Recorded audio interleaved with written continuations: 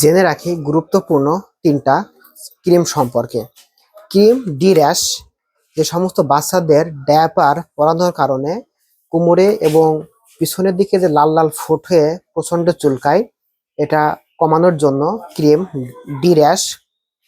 Cream burner, শরীরে যদি কোথাও যদি পুড়ে যায়, কারণ পুড়ে যাওয়াটা স্বাভাবিক একটা কাজ, কারণ এটা রান্না বাড়া থেকে শুরু করে আগুনের কাছে যে কোনো কাজে এটা পুড়তে পারে, শরীরের হাত অথবা পা পুড়ে যাওয়ার জন্য তাৎক্ষণিক যন্ত্রণা কমানোর জন্য ক্রিম বার্নার।